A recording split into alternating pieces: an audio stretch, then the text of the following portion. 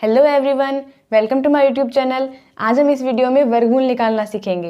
वैसे तो वर्गमूल निकालने की बहुत सी ट्रिक्स होती है, लेकिन मेन दो विधियां होती है, जिनमें से एक अभाज्य गुणनखंड से वर्गमूल निकालने की विधि को हम इस वीडियो में सीखने वाले हैं। So let's start. वर्गमूल निकालने के लिए हमें पहले पता होना चाहिए कि वर्ग क्या होता है। आपने पहले पढ़ा होगा, वर्ग यानी स्क्वायर।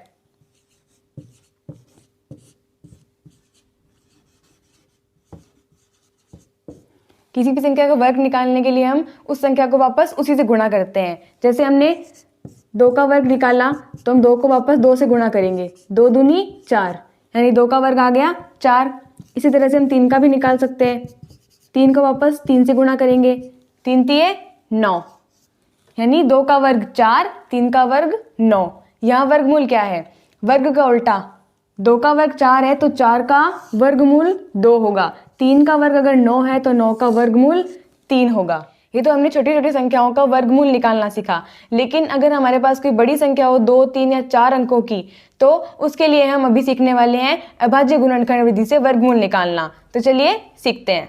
तो वर्गमूल निकालना सीखने के लिए हम पहले कोई एक संख्या ले लेते हैं। मान लीजिए हमने एग्जाम्पल के लिए संख्या ली 81। इसका हम अभाज्य गुणनखंड विधि से वर्गमूल निकालेंगे। ठीक है, तो पहले आपको एक ऐसा मेथड तैयार कर लेना है। सिंपली एक ऐसे लाइन खींचनी है और एक ऐसे लाइन खींचनी है। उसके बाद में हमारे पास जो संख्या है उसको देखना है कि इसमें कौन कौन सी संख्याओं का भाग जाता है। ठीक है, छोटी संख्या से शुरू करेंगे, क्योंकि अगर आप पहले बड़ी संख्या का प्रयोग करेंगे तो बाद में आप छोटी संख्या का यूज नहीं कर सकते हैं। ठीक है, तो छोटी संख्या से शुरू करेंगे।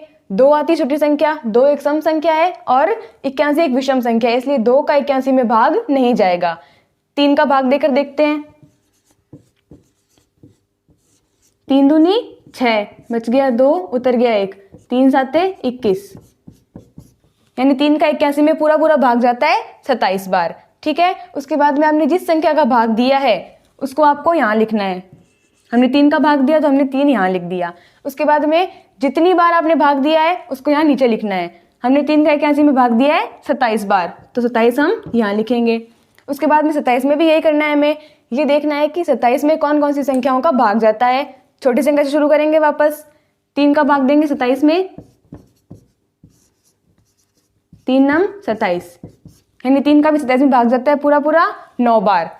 ठीक है, हमने 3 का भाग दिया, 3 को हम यहाँ लिखेंगे। कितनी बार भाग दिया? 9 बार, तो 9 को हम यहाँ लिखेंगे। उसके बाद 9 में कौन कौन सी संख्याओं का भाग जाता है? 3 का जाता है और 9 का खुद का जाता है। 3 छोटी संख्या है इसलिए 3 का भाग देंगे। ठीक है, 3 का भाग दिया, 3 तिये 9, 3 बार दिया तो 3 को यहाँ लिख देंगे। उसके बाद में 3 है, 3 का 3 में भाग जाता है 1 बार। 3 एकम 3, हमारे पास 1 आ गया। ये प्रोसेस तब तक चलेगी जब तक हमारे पास लास्ट में 1 नहीं आ जाता है। ठीक है, अब हमारे पास 1 आ गया। उसके बाद में हमारे पास जो संख्या थी उसको आपको यहाँ नीचे लिखना है। मैंने लिख लिया 81। उसके बाद में आपने जिन जिन संख्याओं का भाग दिया है, 4, 5, 6, कितनी भी संख्याएं हो, उनको आपको यहाँ नीचे मल्टीप्लाई में लिख लेना है। ठीक है, 3 इंटू 3 इंटू 3 इंटू 3, सब संख्याओं को गुणा में लिख लेना है। उसके बाद में आपको जोड़े बनाने हैं। 2 संख्याओं का एक जोड़ा बनेगा और दोनों संख्याएं सेम होगी। जैसे ये 3 और 3 सेम है, इन दोनों का एक जोड़ा बन गया। ये 3 और 3 सेम है, इन दोनों का एक जोड़ा बन गया। उसके बाद में हर जोड़े से आपको एक संख्या उठानी है। जैसे यहाँ 3 और 3 में से हमने एक 3 को उठा लिया, यहाँ 3 और 3 में से हम एक 3 को उठा लेंगे। 3 इंटू 3 कितना होता है? 3 तिये 9। ये हमारे पास आंसर आ गया। हमसे पूछा था 81 का वर्गमूल निकालना है। हमने अभाज्य गुणनखंड विधि से वर्गमूल निकाला और 81 का वर्गमूल होता है 9। ठीक है, और अगर आपको चेक करना हो तो उसके लिए आपके पास जो वर्गमूल आया है उसको आपको वापस उसी से मल्टीप्लाई करना है, यानी वो उसका वर्ग होगा। ठीक है, 9 को वापस 9 से मल्टीप्लाई करते हैं। 9 नम 81 आता है, यानी 9 का वर्ग 81 है, तो 81 का वर्गमूल कहलाएगा 9। ठीक है, तो अभी हमने 2 अंकों की संख्या का वर्गमूल निकाला था। अब हम कोई 4 अंकों की संख्या लेके उसका वर्गमूल निकालने का क्वेश्चन सॉल्व करते हैं। मान लीजिए हमने संख्या ली 1764।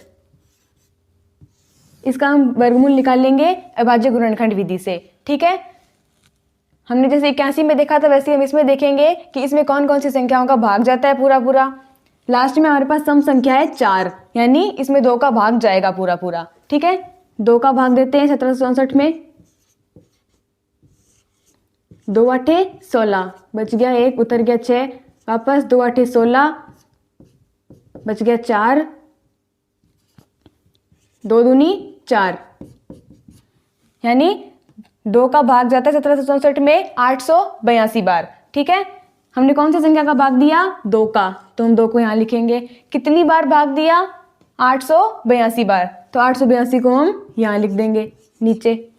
ठीक है, अब 882 में भाग देंगे, लास्ट में सम संख्या है मतलब इसमें भी 2 का भाग जाएगा पूरा पूरा।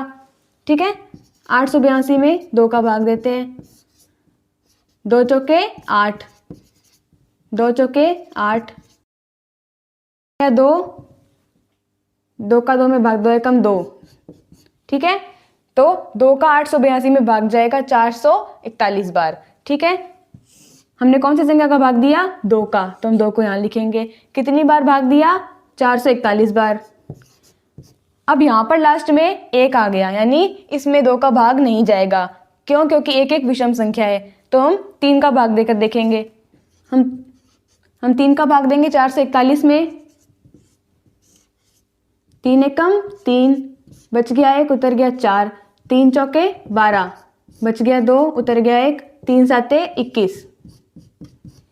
3 का भाग जाता है 441 में 147 बार। ठीक है, हमने 3 का भाग दिया इसलिए 3 को यहाँ लिखेंगे। कितनी बार दिया? 147 बार।